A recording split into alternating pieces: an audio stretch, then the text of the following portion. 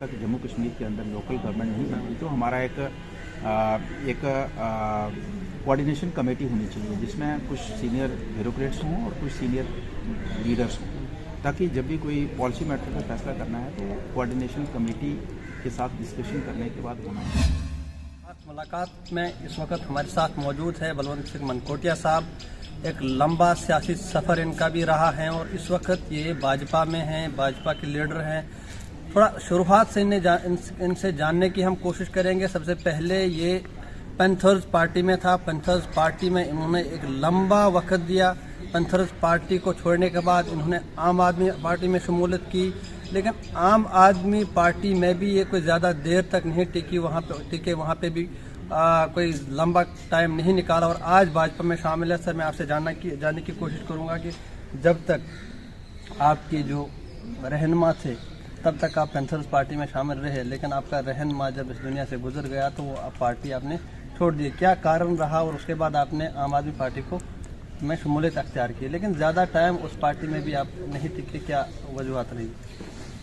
देखिए, जैसे आपने कहा कि नीम सिंह जी इस दुनिया में आज नहीं है, तो उनके देहांत के बाद पार्टी को हमने छोड़ा, ऐसा नहीं था। उनके बीते जी हमने जब वो इस दुनिया में थे तो लगभग 1 साल उनकी डेथ से 1.5 साल पहले ही हमने पार्टी से अलग हो गए थे। वो निजी कारण थे हमारे, और उसके बाद निजी कारण थे। लंबे अर्से से बीमार भी थे और नहीं, उस टाइम तो बिल्कुल ठीक थे, उस टाइम कोई ऐसा नहीं था, लेकिन वो कोई नहीं, उनको पता था। आपको भी पता ही है, उसके ऊपर मैं जाना नहीं चाहता। फिर दूसरी पार्टी का वो भी एक काला एक पन्ना था, उसके ऊपर भी ज़्यादा। आम आदमी पार्टी में आपने शमूलियत अख्तियार की थी। क्या देख के आपने शमूलियत अख्तियार की और फिर आपने उसको अलविदा कर दिया? उसको मैंने नहीं किया, फिर सभी ने कर दिया। अभी अब कुछ चंद लोग ही रहे हैं। सर, आपके साथी अभी उसमें आम आदमी पार्टी में? हाँ, जिसके पास अभी कोई ऑप्शन नहीं बन रहा है तो उधर ही है, तो जिसके पास बन रहा है तो वहाँ से निकल रहे हैं। अच्छा, तो जी, क्या कहेंगे सर? उसके बाद आपने भाजपा में शमूलियत अख्तियार की। जी, तो क्या देख के आपने बीजेपी में शमूलियत अख्तियार की? जी, देखिए, एक इंटरनेशनल लेवल पे हमारे 5 मिनट तक करना सबसे बड़ी पॉलिटिकल पार्टी है, और आज जिसका नेतृत्व प्रधानमंत्री नरेंद्र मोदी जी कर रहे हैं। और आज पूरी दुनिया के अंदर अगर आप देखें तो भारत एक समय ऐसा था कि जहां भारत को दूसरे कंट्री में जाना, इवन मोदी साहब को जब जाना होता तो उनको परमिशन वीज़ा नहीं मिलता था। तो आज पूरी दुनिया के अंदर भारत का एक नाम है, देश का नाम है, और देश की एक जगह दुनिया के हर देश के अंदर बनी है, हर कोने में बनी है। तो एक सर 5 मिनट का करना, 5 मिनट का। सबसे बड़ी मजबूत पॉलिटिकल पार्टी है। इस वजह से आपने भारतीय जनता पार्टी और बहुत दुनिया की सबसे बड़ी पार्टी जो नहीं, और बहुत इश्यूज़ हैं। वो तो चलो, ये अभी ये जब भी कोई स्टूडियो में बैठेंगे तो लंबे चौड़े डिस्कशन होगी, अभी तो शायद नहीं है डिस्कशन। तो और बहुत से जो पॉजिटिव पॉइंट्स हैं वो लिखे हमने। थोड़ा 2-3 पॉइंट बहुत से, जैसे आपने कहा कि 370 के लिए पिछले जब हम पैंथर्स पार्टी में थे तभी हम कहते थे कि 370 को अमेंड करके उसका वो क्लासेस जिसका जम्मू कश्मीर के आम नागरिक को फ़ायदा नहीं है उनको किया जाना चाहिए, किया है।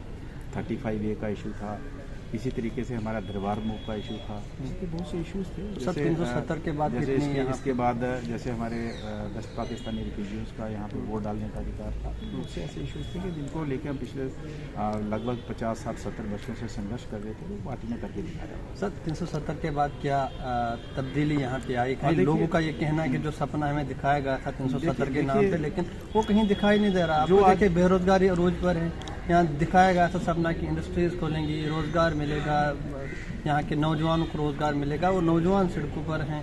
क्या सब दिख रहा है? देखिए, जब पेड़ बनता है तो वो एक दिन में पेड़ नहीं बनता है, उसको समय लगता है। जो 70 वर्षों से जो गंदगी के ढेर लगे हैं उनको साफ करने में समय लगेगा। सर, 8-9 साल भाजपा को भी इक़्तिदार में हुए नहीं, और इस वक्त भी 370 के 8-9 साल आप कैलकुलेट कर सकते हैं, लेकिन यहाँ तो लगभग 3-3.5 साल जम्मू कश्मीर के अंदर आपको जो लोकल, क्योंकि हमारी स्टेट हिंदुस्तान का जो पॉलिटिकल सिस्टम है तो उसमें रोल तो लोकल गवर्नमेंट्स का भी रहता है, सेंट्रल गवर्नमेंट का भी एक रोल होता है, और जो स्टेट की या यूटी की गवर्नमेंट है उसका भी रोल होता है। तो यहाँ पिछले लगभग 5-6 सालों से लोकल गवर्नमेंट तो है नहीं है, तो इसलिए बहुत से कुछ इश्यूज़ हैं जो प्रशासनिक लेवल पे हो रहे हैं और जिसको आम जनता के बीच में थोड़ा सा गैप है, आम जनता और प्रशासन के बीच में गैप रहता है, क्योंकि जो डीसी फैसला करता है और जो मंत्री करता है तो उसमें फ़र्क तो रहता है।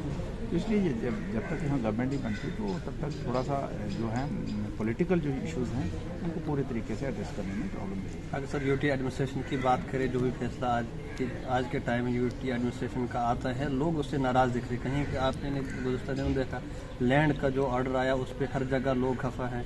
इस वक्त कल प्रॉपर्टी टैक्स के बारे में ऑर्डर निकाला जो है कि अगले अप्रैल से जो है प्रॉपर्टी टैक्स देना होगा, तो उस पर भी आज जो है जम्मू में कुछ लोगों ने प्रोटेस्ट रखा है। किस तरह से ऑर्डर देखते हैं कि जिस हर ऑर्डर से जो है यहाँ जम्मू की जनता देखिए नाराज़ दिख रही है। देखिए हमने पार्टी की जो सीनियर लीडरशिप है उनसे हमने रिक्वेस्ट करी थी कि जब तक जम्मू कश्मीर के अंदर लोकल गवर्नमेंट नहीं बनती तो हमारा एक कोऑर्डिनेशन कमेटी होनी चाहिए जिसमें कुछ सीनियर ब्यूरोक्रेट्स हों और कुछ सीनियर लीडर्स हों, ताकि जब भी कोई पॉलिसी मैटर का फैसला करना है तो कोऑर्डिनेशन कमेटी के साथ डिस्कशन करने के बाद होना चाहिए। और मुझे लगता है कि आने वाले समय में शायद पार्टी इसके ऊपर विचार कर रही है और जिस कुछ फैसले हैं जो डेवलपमेंट के हैं, पानी का, बिजली का, स्कूल का, सड़क का, तो वो तो प्रशासन को अधिकार है, लेकिन जिसमें कुछ पॉलिसी मैटर के हैं तो उसमें कोऑर्डिनेशन कमेटी बननी चाहिए और कमेटी के थ्रू ही फैसला होना चाहिए, ताकि पब्लिक और प्रशासन के बीच में आपस जो है डिफरेंसेस नहीं होने चाहिए और गैप नहीं बनना चाहिए। चलिए सर, बहुत बहुत शुक्रिया। तो खुसूसी बातचीत के लिए मुख्तसरन बातचीत हमारे साथ कर रहे थे भाजपा लीडर बलवंत सिंह मनकोटिया साहब। आप देखते रहे लाजवाल। कैमरामैन मोहम्मद आजम के साथ शाहनवाज को इजाज़त दीजिए।